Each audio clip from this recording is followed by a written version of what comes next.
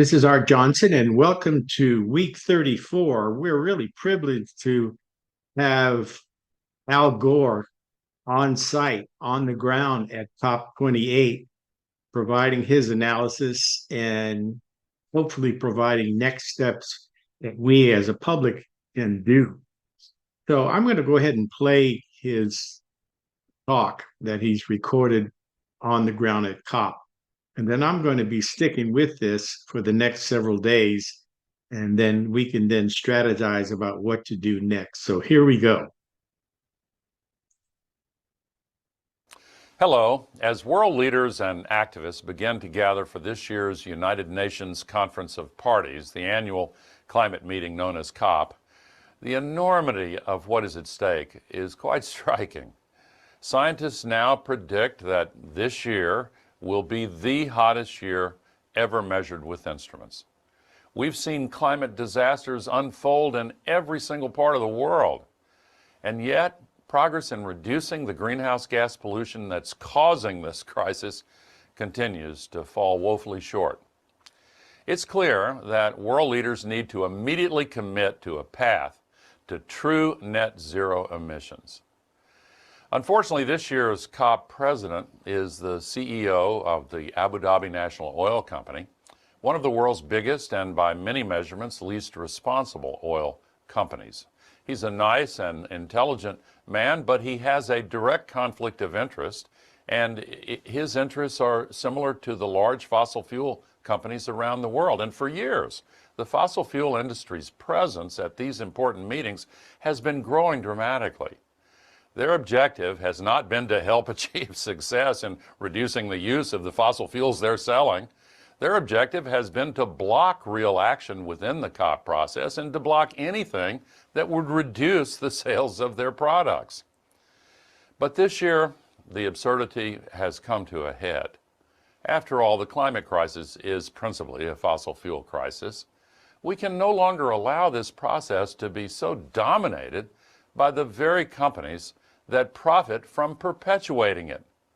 That's why at this year's COP, our first objective must be to do everything we can to overcome the influence of the fossil fuel industry and build a consensus around a global commitment to phase out fossil fuels. We need to reduce greenhouse gas pollution as quickly as possible, and that starts with commitments to move away from coal, oil, and gas. Too often, the large petrostates are able to block the ambitious outcomes that are actually supported by a very large majority of all nations around the world. They rely on the requirement for a consensus, in effect unanimity, in order to gain the power to veto any truly ambitious outcome. And that's why now is the time to begin advocating for fundamental reform of the COP process so that the fossil fuel industry does not retain de facto control over the scale and scope of global climate action that the rest of the world supports.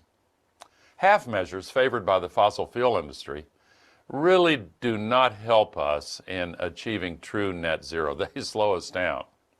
And we can't bet our future on unproven and barely developing technologies that give the industry a kind of license to keep on burning more and more of their dirty fuels. Sometimes I wonder if they take us for fools.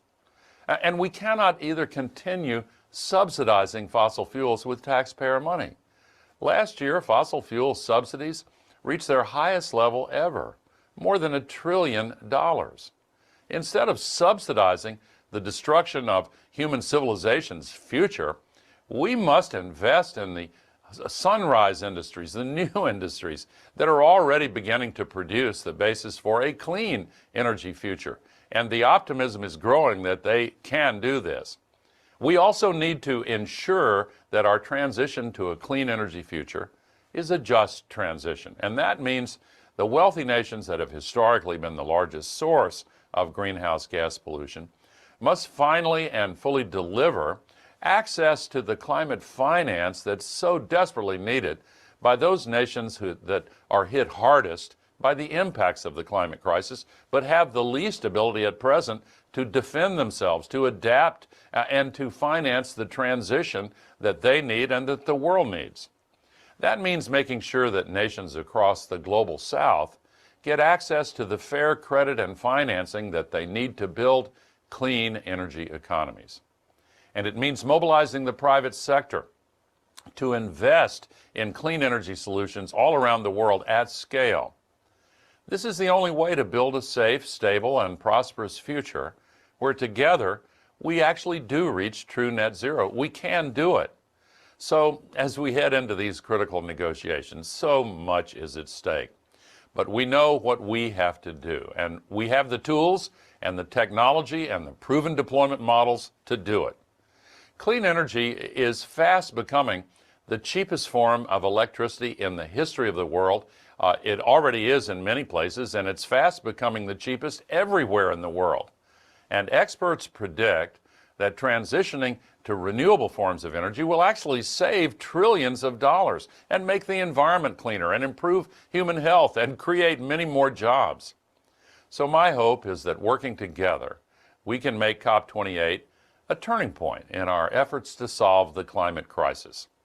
The Climate Reality Project and our climate reality leaders will be on the ground at COP28 working toward these key objectives: reducing emissions, including an agreement to phase out all fossil fuels and fossil fuel subsidies.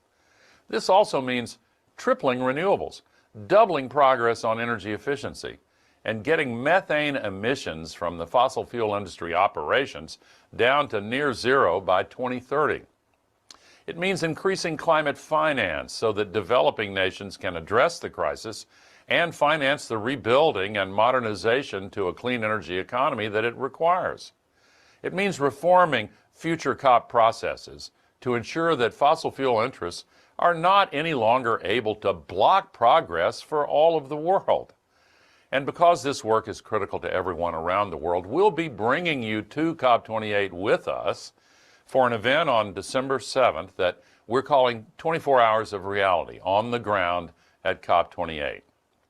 We'll be capturing the conversations, events, and action behind the scenes in Dubai as we work to reject the fossil fuel agenda and compel world leaders to finally place us on a path to true net zero.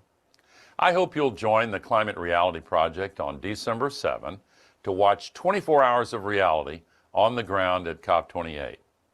Go to 24hoursofreality.org in order to sign up for updates and to view this content. Together we can and we will solve the climate crisis.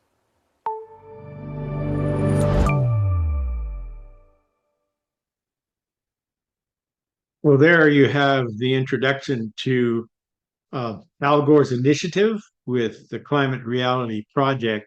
I've been following that ever since he did his award-winning documentary, An Inconvenient Truth, that kind of introduced the greater public to the realities of climate change, the truth of climate change.